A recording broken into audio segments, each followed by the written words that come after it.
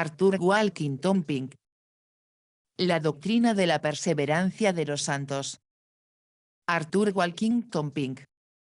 Se ha señalado en una ocasión anterior que lo que ha estado atrayendo nuestra atención es mucho más que un tema de debate teológico, está lleno de valor práctico. Debe ser así, porque ocupa un lugar destacado en las escrituras divinamente inspiradas que son útiles para la doctrina. Su significado. Bastará con resumir lo que hemos tratado anteriormente. El siervo de Dios que es fiel en dar a los demás no tendrá que recibir raciones escasas. Cuanto más obtiene de Dios, más debe impartir al pueblo. Gratis habéis recibido, dad gratuitamente. Dios siempre hace abundar su gracia para aquellos que son generosos. Un verdadero siervo de Dios tiene confianza implícita en el carácter divino. Aunque encuentra oposición, se niega a dejarse hacer tropezar por ella. Aunque otros ministros lo ridiculizan, él actúa según la palabra de Dios. Dios no le falla, sino que honra su confianza, revelando el estándar de piedad y realmente promoviendo la piedad en el alma y la vida de aquel que la recibe por fe. Todo lo revelado en la palabra y todas las actividades de Dios tienen dos fines principales a la vista: su propia gloria y el bien de su pueblo. Y a medida que nos acercamos al final de esta serie, es apropiado que intentemos presentar a los lectores algunos de los beneficios que confiere la comprensión creyente de esta verdad, algunos de los benditos efectos que produce y los frutos que produce. Anticipamos un poco este aspecto de nuestro tema por lo que dijimos en su bienaventuranza,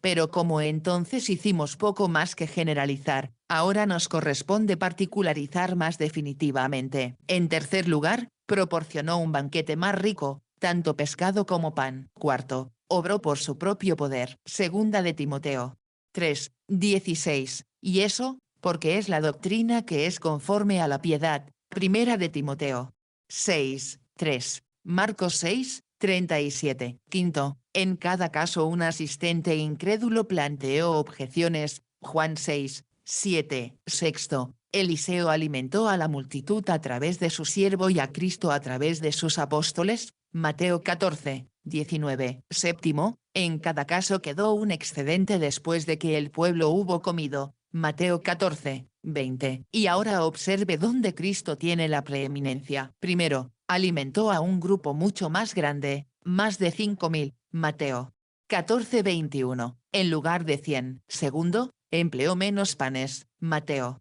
14:17, en lugar de 20. En cada caso, la orden fue dar a la gente para que coma. Al intentar describir algunos de los beneficios que ofrece esta doctrina, nos regularemos según la veamos desde el lado divino o desde el lado humano, porque como hemos tratado de dejar claro en los artículos anteriores, la perseverancia de los santos en la santidad y la obediencia es el efecto directo de las operaciones continuas de la gracia y el poder divinos dentro de ellos, y esas operaciones están garantizadas por las promesas del pacto eterno. Vista desde el lado divino, la perseverancia en la fe y en los caminos de la justicia es en sí misma un don distinto de Dios, el cual también os confirmará hasta el fin. Primera de Corintios 1:8. Considerada absolutamente, la preservación de su pueblo por parte de Dios no depende de ninguna condición que deba cumplir, sino que depende enteramente de la inmutabilidad e invencibilidad del propósito divino. Sin embargo, no se puede insistir demasiado enfáticamente ni repetir con demasiada frecuencia la certeza infalible de las operaciones divinas en nombre de y dentro de sus santos y el modo de su operación. Por un lado, la corona de honor y gloria debe atribuirse al rey mismo, y por otro lado, la respuesta y el consentimiento o la lealtad de sus súbditos deben quedar igualmente claros. Dios preserva a su pueblo renovándolo en el hombre interior día tras día. Segunda de Corintios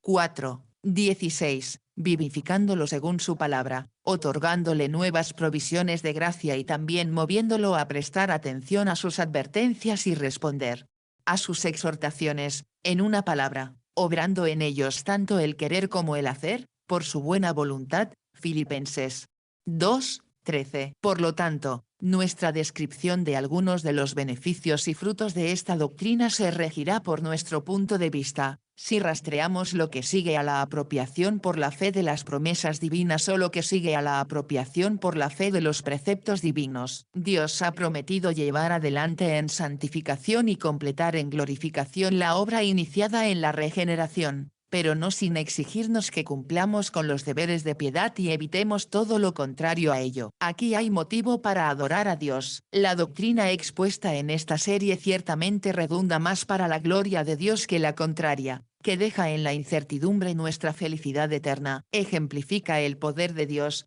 mediante el cual Él no solo impide que nuestros enemigos externos derroquen nuestra salvación, sino también fija la disposición vacilante de nuestra voluntad para que no dejemos de amar y desear la santidad. También su verdad en las promesas del pacto, en las cuales confiamos firmemente, estando seguros de que aquel que las dio ciertamente hará el mismo bien. Su bondad, por la cual soporta pacientemente nuestra debilidad y embotamiento, de modo que cuando caemos en pecado, no nos desecha, sino que mediante sus amorosos castigos nos recupera moviéndonos a un arrepentimiento renovado. Su santidad, cuando a causa de nuestra necedad jugamos con la tentación por un tiempo, haciendo caso omiso de sus advertencias, Él nos hace conscientes de su disgusto reteniendo muestras de su favor y rechazando una respuesta a nuestras oraciones, induciéndonos a confesar y abandonar nuestros pecados, para que la comunión con Él sea restaurada y que la paz y el gozo vuelvan a ser nuestra porción. Su pueblo por mero poder físico y sin su consentimiento, mientras Él mantiene los planetas firmes en sus órbitas, no, más bien los trata en todo momento como agentes morales y criaturas responsables, atrayéndolos con las cuerdas del amor, inclinando sus corazones hacia Él, haciendo efectivos los motivos que les presenta y los medios que les exige que utilicen. Supongamos entonces que no hubieran recibido ninguna garantía de la inmutabilidad del propósito de Dios, ninguna palabra infalible de la continuidad de su amor, ninguna promesa de que Él los guardará y asegurará mediante la obra de su gran poder, ninguna declaración de que los suministros inagotables de su espíritu y se les concederá gracia, ninguna seguridad de que Él nunca los dejará ni los desamparará, ninguna revelación de un abogado en lo alto para defender su causa y de la suficiencia de su mediación y la eficacia de su intercesión, sino más bien que son abandonados a su propia fidelidad,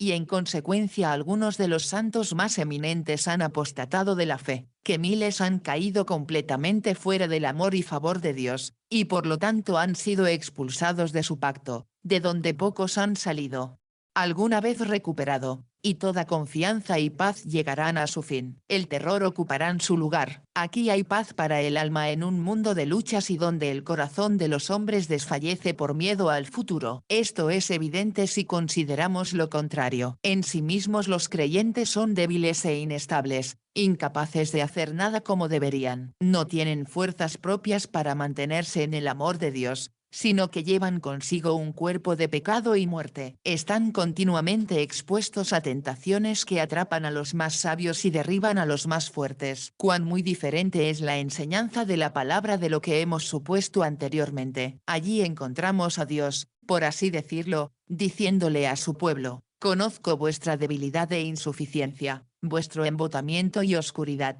como sin mi Hijo y los continuos suministros de su Espíritu podéis hacer. Y cuando en ese caso Satanás os asalte y os tiente, buscando devoraros, que primero actúa como una serpiente, intentando engañar y atrapar, y luego como un león para aterrorizar. Pero no ignoréis sus maquinaciones, resistidle firmes en la fe, tomad toda la armadura de Dios, velad de noche y de día para no ser seducidos por él, y lo venceréis con la sangre del Cordero. No temas, porque yo estoy contigo, no desmayes, porque yo soy tu Dios, yo te fortaleceré, y te ayudaré, y te sostendré con la diestra de mi justicia. Isaías 41, 10. Aunque tropecéis, no caeréis del todo, aunque tengáis miedo, mi bondad no será quitada de vosotros. Tened, pues, buen ánimo y corred con paciencia la carrera que tenéis por delante. Aquí hay un sólido consuelo para los santos en un día de declinación, cuando hay una gran apostura de aquellos que alguna vez parecían correr bien. Aunque lo que se denomina cristianismo organizado sea un fracaso demostrado, aunque la cristiandad corporativa esté ahora en ruinas, aunque 10.000 hayan apostatado, dejemos que los santos estén plenamente seguros de que Dios tiene y reservará para sí un remanente que no doble la rodilla ante Baal.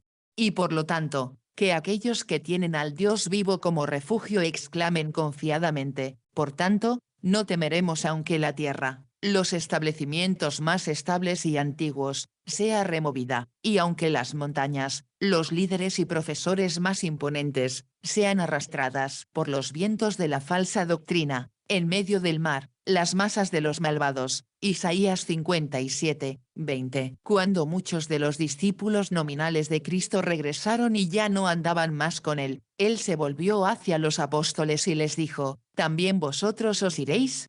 A lo cual Simón Pedro, como portavoz, respondió, Señor, ¿a quién iremos? Tú tienes palabras de vida eterna. Juan 6, 66-68. Así fue entonces, ha sido a lo largo de los siglos y así será hasta el fin de los tiempos. Las ovejas están seguras, mientras que las cabras se desvían y perecen. Nada, no se me oculta el poder y la furia de vuestro pecado interior, y cómo con violencia os lleva cautivos contra vuestros deseos. Sé que aunque creas, con frecuencia te hacen gemir por tu incredulidad y que entonces estás dispuesto a temer lo peor. Profesores. Primera de Juan 2, 19. Y por lo tanto que los regenerados, sostenidos en la mano de Cristo, no serán vencidos por los engañadores. Observe cómo Pablo enfatiza esta misma nota en 2 de Timoteo 2. Himeneo y Fileto, hombres eminentes de la Iglesia habían apostatado, y por su deserción y falsa enseñanza habían derribado la fe doctrinal de algunos. Sin embargo, dice el apóstol, esta no es razón por la cual los verdaderos hijos de Dios deban temblar e imaginar que su fin es incierto. Sin embargo, el fundamento de Dios está firme, teniendo este sello, el Señor conoce a los que son suyos, y apártese de la iniquidad todo aquel que invoca el nombre de Cristo. Note los dos lados de ese sello, preservando el equilibrio de la verdad. Por un lado hay un cordial, aquellos que están construidos sobre el fundamento del propósito y amor inmutables de Dios no serán prevalecidos. Por el otro, hay una advertencia, no jugar con la iniquidad, ya sea doctrinal o práctica, sino apartarse de ella. De manera similar, Juan asegura a los creyentes que podrían estremecerse al ver a algunos en sus asambleas siendo seducidos por los anticristos de ese día, pero tales solo eran no regenerados. Aquí hay terreno para la santa confianza. El Señor sabe cuán difícil es la tarea asignada a su pueblo y cuán profundo es el sentimiento de su propia insuficiencia. Él sabe también que nada debilita más sus corazones y debilita sus manos que las dudas y los temores, y por eso ha hecho la promesa absoluta a aquellos que escuchan su voz y lo siguen de que no perecerán jamás. Juan 10, 29. Fue esto lo que armó a Josué para la batalla. Nadie podrá hacerte frente en todos los días de tu vida, como estuve con Moisés, así estaré contigo, no te dejaré ni te desampararé. Y de allí el Señor sacó un argumento, todo lo contrario de lo que infiere el arminiano legalista, a saber, sed fuertes y valientes. Josué 1, 5, 6. Tal promesa no haría que Josué fuera imprudente o negligente, cualquiera que fuera el efecto que pudiera tener sobre lector mío. Job vio la luz brillante en la nube. Job 37, 21. De hecho, su copa de problemas estaba llena hasta el borde, pero lo encontramos mirando por encima de sus aflicciones y críticos censuradores, exclamando, Él sabe mi camino. Cuando me haya probado, saldré como oro. 23. 10. Sopesa bien esas palabras y recuerda la situación de quien las pronunció. Obsérvese que no había duda ni incertidumbre en su mente acerca del resultado de sus aflicciones. No era temo que pereceré en el horno, porque se negó a permitir que aquellas pruebas de fuego lo convirtieran en un escéptico. Tampoco se limitó a abrigar una esperanza vacilante de que las cosas pudieran irle bien al final, y dijo, quizás salga como oro. No. Existía la convicción indudable y positiva de lo haré. Aseguró Cowper cuando escribió esas líneas, no juzguéis al Señor con sentidos débiles, sino confiad en Él por su gracia. Detrás de una providencia ceñuda, Él esconde un rostro sonriente. Esa era la base de su confianza, nada en sí mismo. Eso fue lo que le hizo exclamar triunfalmente, saldré como oro. Ánimo hermano creyente, el proceso puede ser doloroso, pero el final es seguro. El camino puede ser difícil y usted puede sentirse débil, pero la perspectiva es fascinante y segura. Aquí tenemos consuelo en las pruebas más duras. Ilustremos este punto con el caso de Job, porque es difícil concebir uno más agudo y extremo que el suyo. Tú sabes cuán severas, cuántas y cuán prolongadas fueron esas aflicciones. Ustedes saben hasta qué punto se le permitió a Satanás proceder con él. Ya sabes cómo su esposa se volvió contra él y sus supuestos amigos lo atormentaron. Job sabía que Dios hace todas las cosas, ayudan a bien a los que le aman. Esto es, a los que conforme a su propósito son llamados. Romanos 8:28. Y por lo tanto sabía que no podía haber posibilidad de que pereciera en los incendios. ¿Y por qué no hubo dudas sobre el resultado de sus juicios? Porque podía decir, porque yo sé que mi Redentor vive, y por lo tanto podría agregar, y aunque después de que los gusanos de mi piel destruyan este cuerpo, en mi carne veré a Dios. 19:25-26. Tal estímulo se transmite y tal confianza se genera mediante la declaración divina: el justo persistirá en su camino. Job 17:9. Al contemplar el joven creyente la probable duración del viaje que le espera y las dificultades del camino que debe recorrer, es propenso a ceder a la desesperación, pero si su fe se aferra a esta promesa de que ciertamente alcanzará la meta deseada, se impartirá nueva fuerza a sus débiles rodillas y mayor resolución a su corazón desfallecido. Es la confianza de que, al continuar caminando pesadamente, el viajero cansado llegará a casa, lo que le hace cobrar valor y negarse a ceder. Es la seguridad del éxito lo que constituye el mejor y recto estímulo del trabajo. Si el cristiano está persuadido de que el mundo no lo vencerá, que el pecado no lo matará, que Satanás no triunfará sobre él, entonces tomará el escudo de la fe y la espada del Espíritu y peleará como un hombre y ser más que vencedor. Como se ha dicho con razón, esta es una de las razones por las que las tropas británicas han ganado tan a menudo la lucha, porque los tamborileros no saben cómo batirse en retirada y los soldados se negaron a creer en la posibilidad de la derrota. Libre albedrío justo. No, más bien produciría una confianza santa, que impulsaría al uso de medios lícitos y daría seguridad de la bendición de Dios al respecto. Tal confianza hace que quien la posee confíe en el Señor con todo su corazón y no se apoye en su propio entendimiento. Aquí hay motivo de elogio. ¿Por qué debería encontrarme todavía en mi camino cuando hay tantos que hicieron una profesión brillante y que parecían progresar mucho más rápido en las cosas espirituales? Además, dado que toda obediencia aceptable surge de la gratitud, entonces lo que más eficazmente promueve la gratitud debe ser el manantial más poderoso de la obediencia, y en cuanto a si una gracia otorgada por el Señor es perpetua o una que puede perderse, es probable que inspire la más profunda gratitud. Lo dejamos al criterio de nuestros lectores. Cuanto más firmemente se asegure la recompensa del deber, más diligentes seremos en el cumplimiento del deber. He aquí un poderoso incentivo para confirmar a los cristianos en su vida espiritual y estimularlos a los deberes de piedad. Esto se desprende claramente de cómo actúa la regeneración en ellos. Todos los argumentos extraídos de la posibilidad de la apostasía de los santos se derivan del terror a las terribles amenazas y del temor al castigo eterno, mientras que aquellos privados de las seguridades transmitidas por el pacto eterno no respiran más que la dulzura de la gracia. Dado que los hijos de Dios han recibido el espíritu de adopción, con el cual claman Padre, Padre, Romanos 8:15, son atraídos más poderosamente por las cuerdas del amor que por el azote del horror. Aquí hay un incentivo para la piedad práctica. Si la perseverancia cristiana implica perseverancia en el camino de la obediencia y la santidad, entonces los santos harán uso diligente de las ayudas que Dios les ha proporcionado y evitarán lo contrario. Se les animará especialmente a pedir y buscar la gracia que Dios ha prometido, así como es ver y sentir a Cristo siendo crucificado a causa de mis atroces pecados lo que produce el arrepentimiento evangélico. Zacarías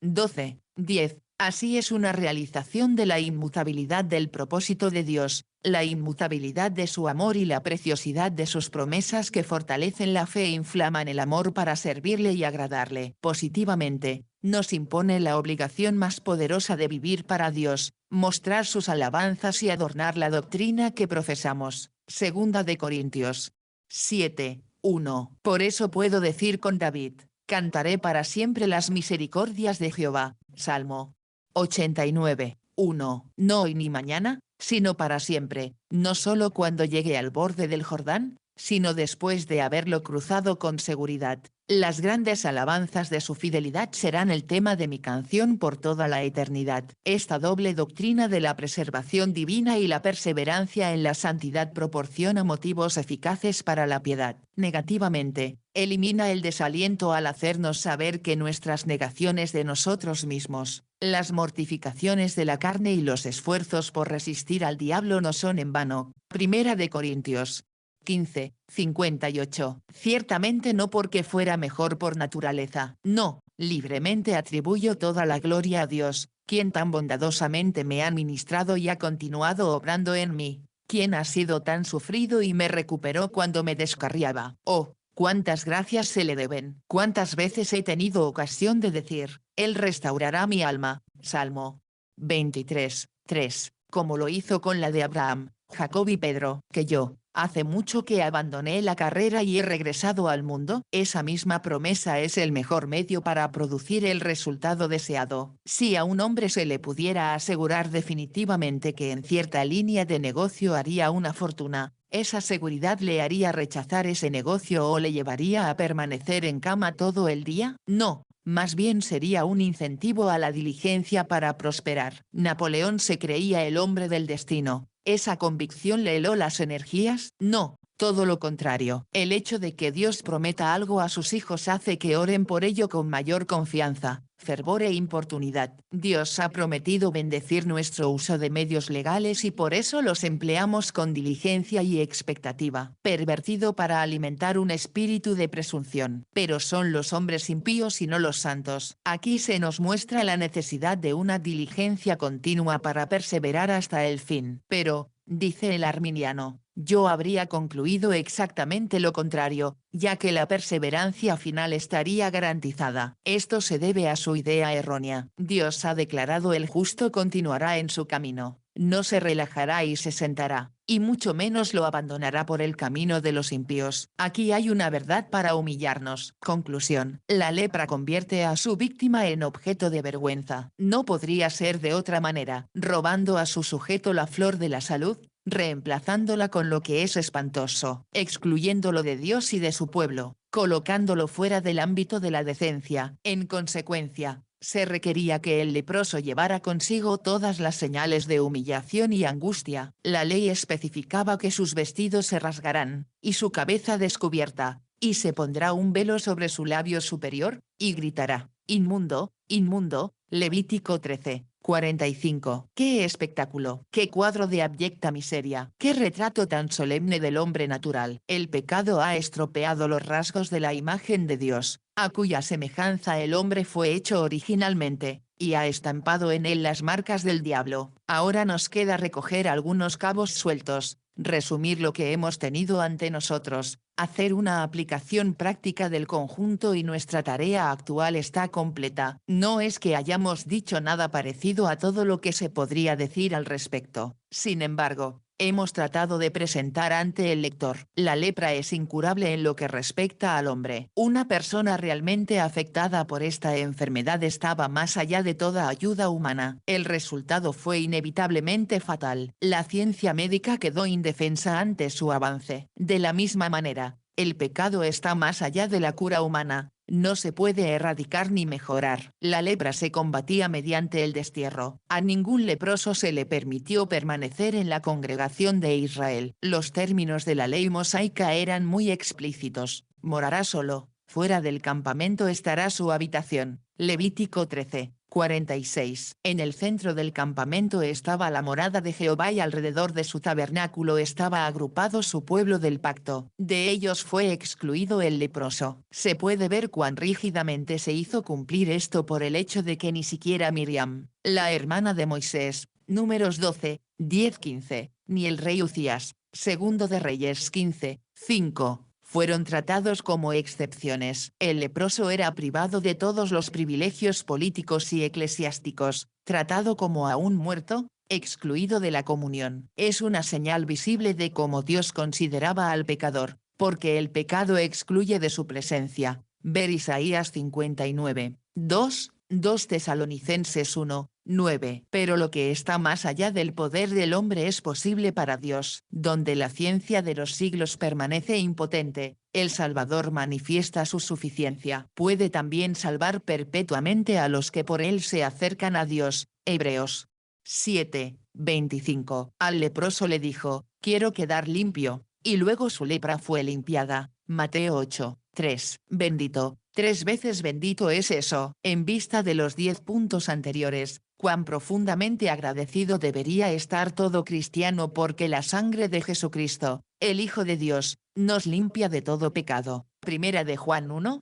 7. Ningún poder de voluntad o esfuerzo mental puede hacerle frente. Ni la legislación ni la reforma sirven de nada. La educación y la cultura son igualmente impotentes. Más pronto puede el etíope cambiar su piel, o el leopardo sus manchas, que los que están acostumbrados a hacer el mal, hacen el bien. Mujer.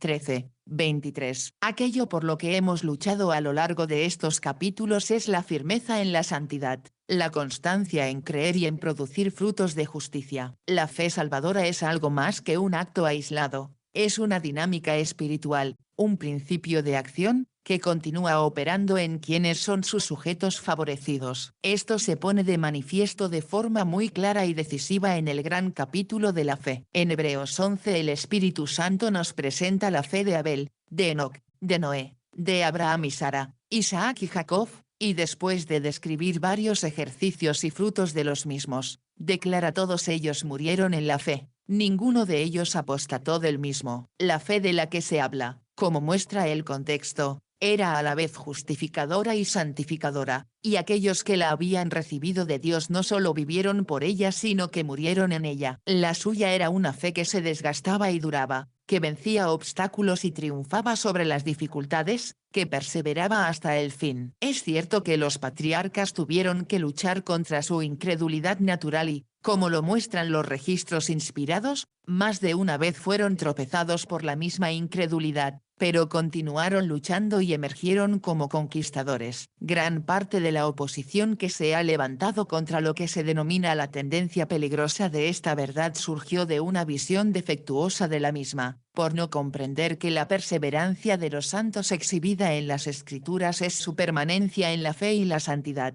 Que aquel que ha hecho la promesa infalible de que alcanzarán la meta deseada también ha decretado que recorrerán el único camino que conduce a ella, que tanto los medios como el fin están ordenados por él, y que él los mueve a ser diligentes.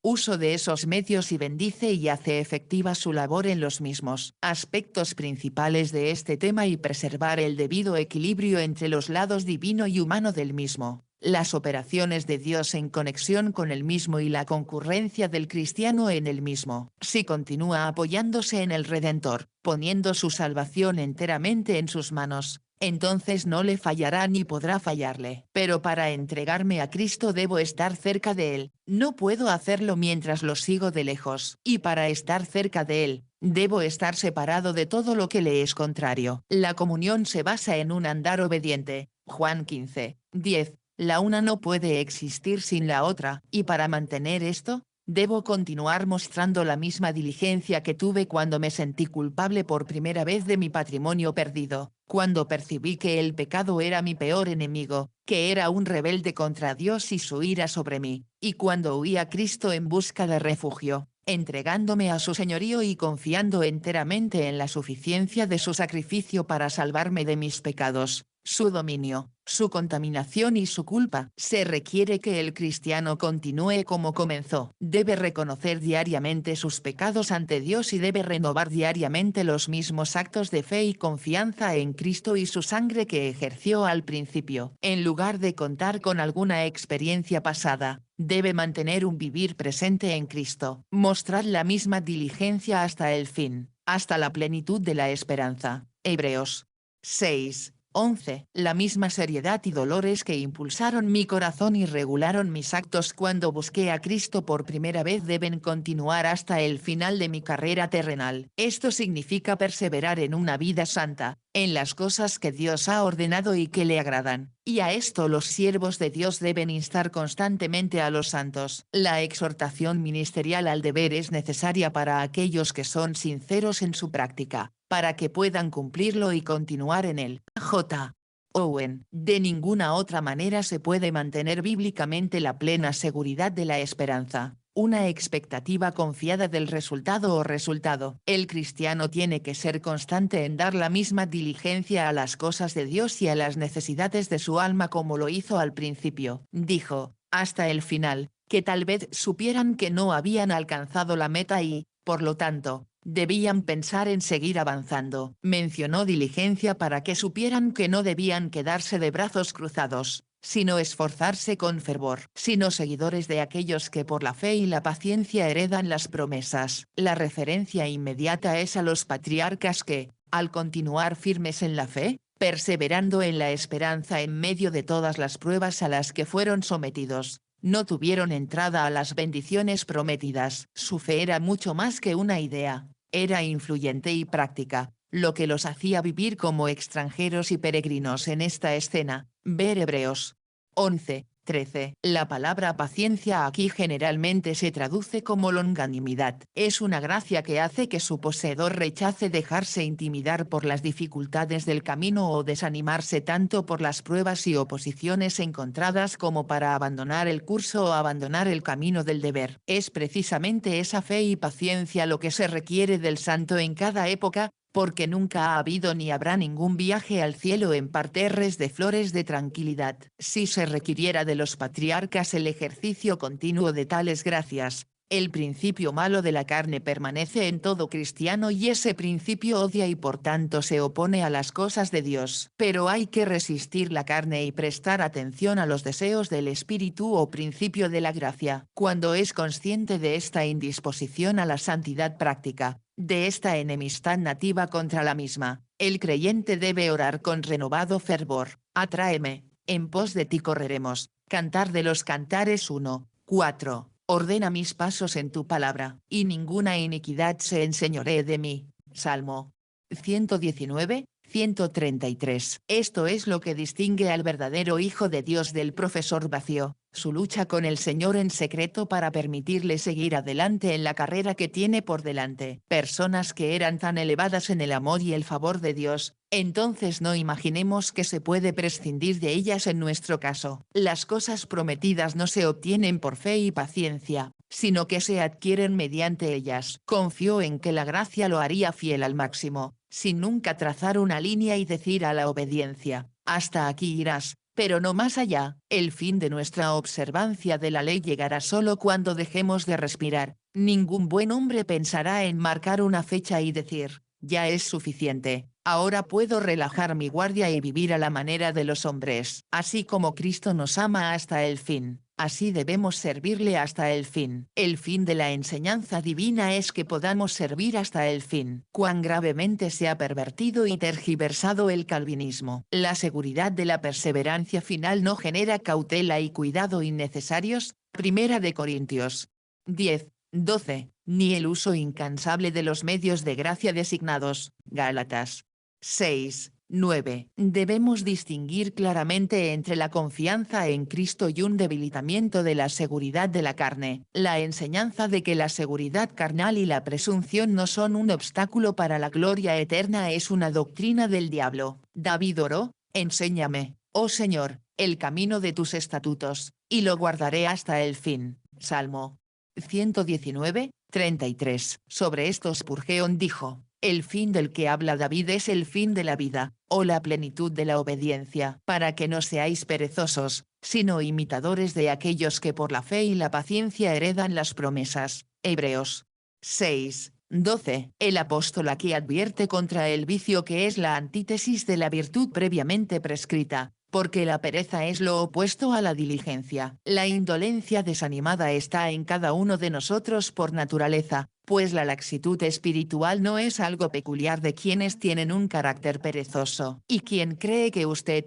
lector mío, fue el autor de esa cita? Nada menos que Juan Calvino. Cuando la fe y el espíritu de obediencia son inoperantes, Las características del nuevo nacimiento están bajo una nube, y cuando no tenemos evidencia de regeneración, carecemos de cualquier garantía para tener la seguridad de la felicidad eterna. El hombre que da rienda suelta a la carne y se sacia del mundo desmiente su profesión de que está en camino al cielo. La gloria del Evangelio es que, si bien anuncia misericordia al principal de los pecadores, si alguno se siente alentado por esto a persistir en un curso de maldad, pronuncia su destino. El Evangelio alienta la esperanza, pero también promueve la santidad, imparte paz, pero también inculca piedad piadosa, aprecia la confianza. Se concede libremente que muchas de las objeciones que se hacen contra este tema se aplican de manera más pertinente a la perversión antinomiana del mismo, porque los hipercalvinistas han sido culpables de presentar esta verdad de una manera tan descuidada y unilateral que virtualmente establece un prima por caminar relajado. Se han centrado hasta tal punto en las operaciones divinas que han desplazado por completo la responsabilidad humana, presentando al cristiano como enteramente pasivo. Otros que no estaban cualificados para escribir sobre un tema así han dado mucha ocasión a los enemigos de la verdad con sus crudezas, representando la seguridad del creyente como algo mecánico, divorciando el fin de los medios, ignorando las salvaguardias mediante las cuales Dios mismo ha evadido esta doctrina y ha hablado de una vez salvo, siempre salvo sin importar cuál sea el caminar diario. ¿Cómo se puede suponer que la proclamación de esta bendita verdad conducirá al descuido y a la carnalidad cuando establecemos como máxima fundamental que nadie tiene ni la más mínima razón para considerarse interesado en la bendición de la perseverancia, excepto cuando la tiene y la da?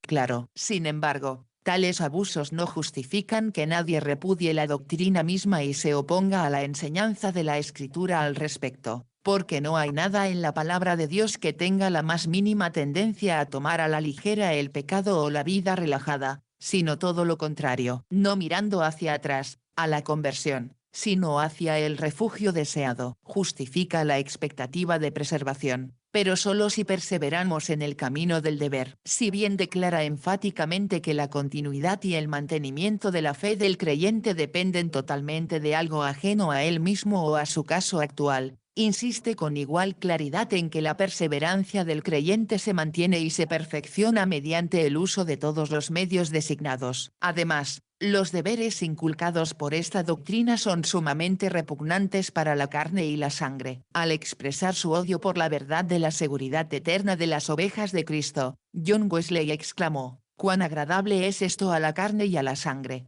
que es precisamente lo que no es. Una doctrina así nunca podrá ser agradable a la naturaleza humana caída. El hombre depravado es esencialmente orgulloso y, por lo tanto, cualquier plan de perseverancia logrado por la fuerza de la propia voluntad del hombre agrada a la vanidad de su mente, pero una perseverancia que depende de la fidelidad y el poder de Dios, una perseverancia que no es el resultado de ninguna suficiencia humana sino más bien de los méritos y la intercesión de Cristo, es muy desagradable para el fariseo que se cree moralista. Solo aquel a quien se le ha dado la posibilidad de sentir el poder prevaleciente del pecado interno, que ha descubierto que su propia voluntad y sus resoluciones son totalmente incompetentes para hacer frente a las corrupciones de su corazón, que ha demostrado mediante una experiencia dolorosa que está completamente sin fuerza y que separado de Cristo nada puede hacer, se alegrará verdaderamente de que nadie le arrebate de la mano del Redentor. Así como solo los enfermos conscientes darán la bienvenida al médico, nadie excepto aquellos que se dan cuenta de su propia impotencia encontrarán realmente aceptable para ellos la doctrina de la preservación divina. La sujeción a la autoridad de Cristo y el tomar diariamente su yugo sobre nosotros es un requisito muy lejos de ser bienvenido por aquellos que desean complacerse a sí mismos y seguir sus propios designios. La norma de piedad, la espiritualidad de la ley de Dios, la naturaleza de la santidad, la insistencia en que debemos mantenernos sin mancha de este mundo, son directamente contrarias a las inclinaciones del hombre natural. Que debamos disciplinar nuestros afectos, regular nuestros pensamientos, mortificar nuestros apetitos carnales, cortarnos la mano derecha y arrancarnos el ojo derecho, Ciertamente no son buenas noticias para los no regenerados, especialmente cuando Dios insiste en que tal mortificación nunca debe ser remitida sino continuó hasta que la mortalidad fue absorbida por la vida. No, es imposible que el hombre caído alguna vez se sienta complacido con una doctrina de perseverancia en negarse a sí mismo, tomar su cruz diariamente y seguir a un Cristo santo que es despreciado y rechazado por este mundo. Así, de todo lo que se ha dicho se desprende abundantemente cuán infundada e inútil es la objeción arminiana de que la predicación de esta doctrina fomenta la laxitud y favorece el libertinaje. No tiene cabida en el pensamiento de la mayoría. Qué terrible estar en peligro inminente de muerte y castigo eterno.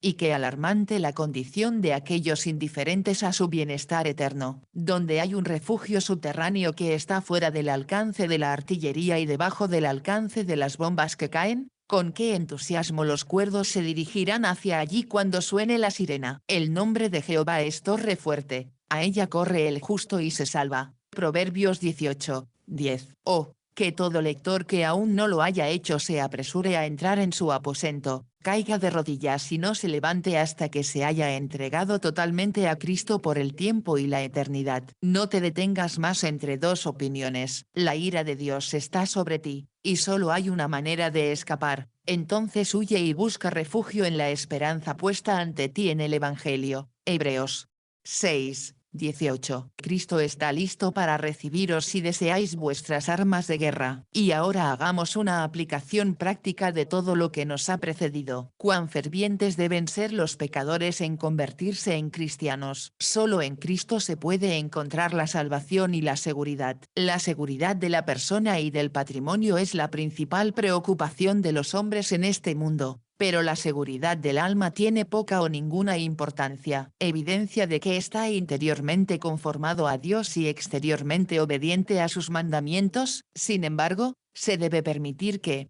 no importa cuán cuidadosa y proporcionalmente sea la doctrina de las Escrituras expuesta por el siervo de Dios, siempre habrá quienes estén listos para arrebatarlas para su propia destrucción. Si el Señor Jesús fue acusado falsamente de pervertir la nación, Lucas 23:2, sus ministros no deben esperar inmunidad ante criminaciones similares. Si se calumnió al apóstol Pablo por haber enseñado, hagamos el mal para que venga el bien, Romanos 3:8, no debemos sorprendernos si los enemigos de Dios falsifican nuestras afirmaciones y sacan de ellas inferencias erróneas. Sin embargo, esto no debe impedirnos proclamar todo el consejo de Dios ni ocultar nada que sea provechoso para su pueblo. Hechos 20:220. Con qué celo debemos velar y tratar de proteger este árbol plantado por Dios, de los vientos de la falsa doctrina y de las plagas que de buen grado querrían destruirlo. Si vamos a hacerlo, entonces debemos prestar la debida atención a ese mandato. Con toda diligencia guarda tu corazón, porque de él mana la vida. Proverbios 4:23. Debemos tomar conciencia de todo lo que es perjudicial para la piedad. Debemos caminar separados del mundo y no tener comunión con las obras infructuosas de las tinieblas. Debemos alimentarnos diariamente de la palabra de Dios, porque de lo contrario el crecimiento es imposible. Debemos recurrir regularmente al trono de la gracia, no solo para obtener misericordia perdonadora de los pecados cometidos, sino también para encontrar gracia que nos ayude en las necesidades presentes. Debemos hacer uso constante del escudo de la fe porque no hay otra defensa contra los dardos de fuego de Satanás. Un buen comienzo no es suficiente. Debemos seguir adelante hasta las cosas anteriores. Una pequeña fuga. ¿Con qué diligencia debes examinar si estás o no en Cristo, el lugar de seguridad eterna? Debes saber si has cumplido o no con los requisitos del Evangelio, si has cerrado o no con el ofrecimiento misericordioso de Cristo en él, si la vida espiritual ha llegado a tu alma, si has sido hecho una nueva criatura en Cristo. Estas cosas pueden saberse con absoluta certeza. Plantéate estas preguntas a tu alma. ¿Tuve una resolución sincera de abandonar mi camino perverso cuando vine a Cristo? ¿Renuncié a toda dependencia de mis propias obras? ¿Acaso vine a Él con las manos vacías, confiando en su promesa de al que a mí viene, no le echo fuera? Entonces puedes estar seguro, basándose en la infalible palabra de Dios, de que Cristo te recibió,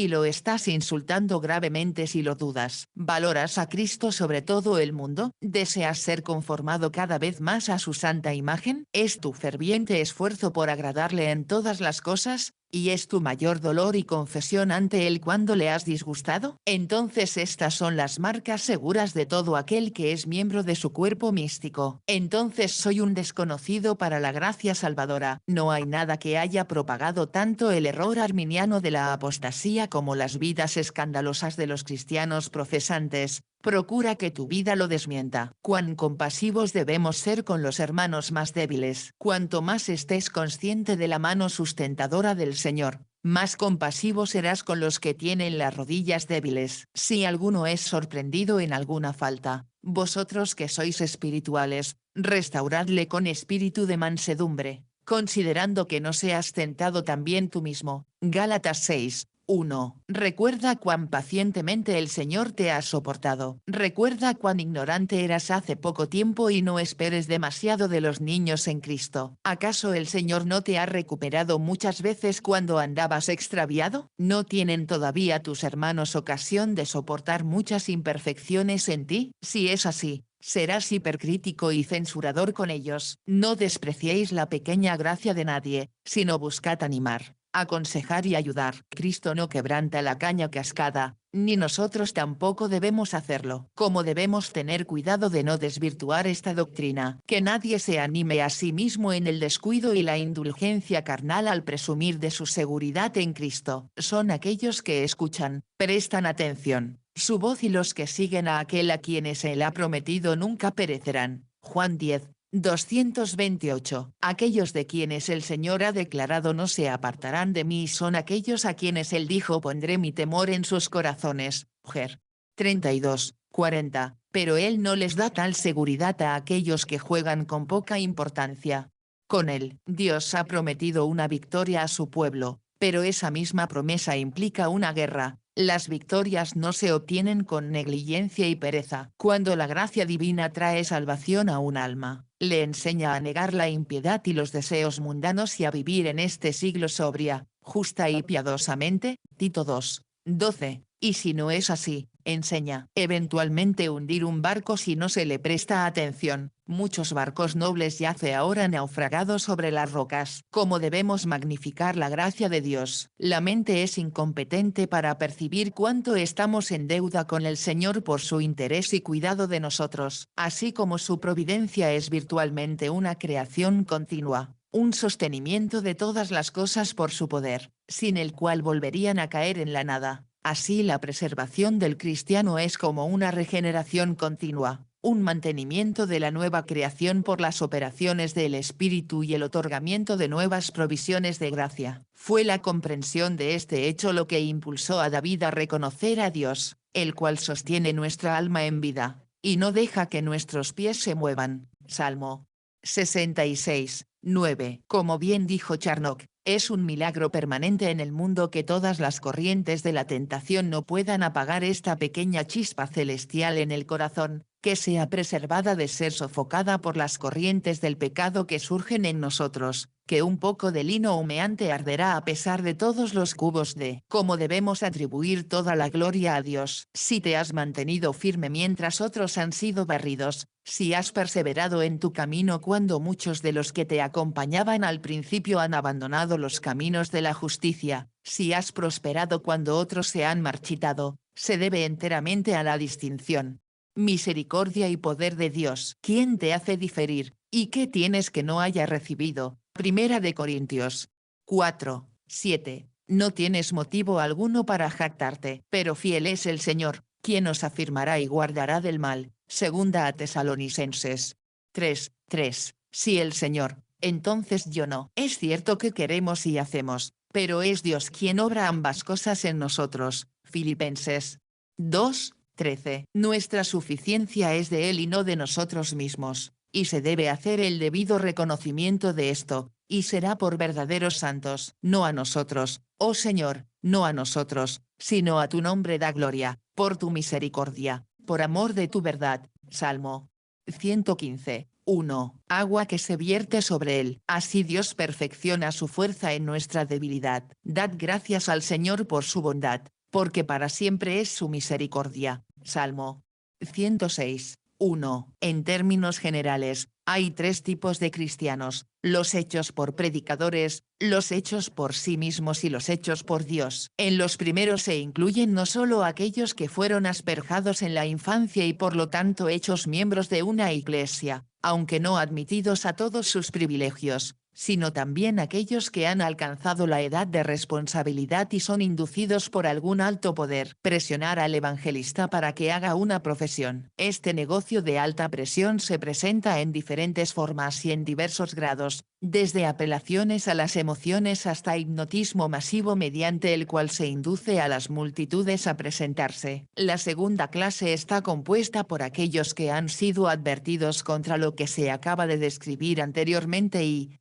temerosos de ser engañados por tales vendedores ambulantes religiosos, decidieron resolver el asunto directamente con Dios en la privacidad de su propia habitación o algún lugar apartado. Bajo él, innumerables miles cuyas conciencias nunca fueron examinadas y que no tenían ningún sentido de su condición perdida ante Dios fueron persuadidos a hacerlo varonil, alistarse bajo el estandarte de Cristo, unirse con el pueblo de Dios en su cruzada contra el diablo. Estos conversos son como hongos, brotan en una noche y sobreviven poco tiempo, ya que no tienen raíz. Similares son también la gran mayoría producidos bajo lo que se llama trabajo personal, que consiste en una especie de botonadura individual y se lleva a cabo según los lineamientos utilizados por los viajeros comerciales que buscan realizar una venta forzosa. Antes de intentar definir y describir en qué consiste el crecimiento espiritual de un cristiano, debemos mostrar primero qué es lo que es capaz de crecer, porque el crecimiento espiritual supone necesariamente la presencia de vida espiritual. Solo una persona regenerada puede crecer. El progreso en la vida cristiana es imposible a menos que sea cristiano. Por tanto, debemos comenzar explicando qué es un cristiano. A muchos de nuestros lectores esto puede parecerles superfluo, pero en una época como esta, en la que abundan las falsificaciones espirituales y los engaños por todos lados, cuando tantos son engañados en un asunto tan importante, y debido a que esta revista es leída por tanta gente, diferentes clases, consideramos necesario seguir este curso. No nos atrevemos a dar por sentado que todos nuestros lectores son cristianos en el sentido bíblico del término, y que le plazca al Señor usar lo que estamos a punto de escribir para dar luz a algunos que aún se encuentran en tinieblas. Además, puede ser el medio que permita a algunos verdaderos cristianos, ahora confundidos, ver más claramente el camino del Señor. Esperamos que tampoco sea del todo inútil, incluso para aquellos más plenamente establecidos en la fe. Se les había dado a entender que Dios ama a todos, que Cristo murió por todo el género humano y que no se les exige nada más que la fe en el Evangelio. Por fe salvadora suponen que un mero asentimiento intelectual o aceptación de declaraciones como las que se encuentran en Juan 3, 16, Romanos 10, 13 es todo lo que se pretende. No importa que Juan 2, 23, 24 declare que muchos creyeron en su nombre. Pero Jesús no se encomendó a ellos, que muchos creyeron en él, pero a causa de los fariseos no le confesaban para no ser condenados de la sinagoga, porque amaban más la alabanza de los hombres que la alabanza de Dios. Juan 12, 42, 43, lo que muestra cuánto valía su creer. Imaginar que el hombre natural es capaz de recibir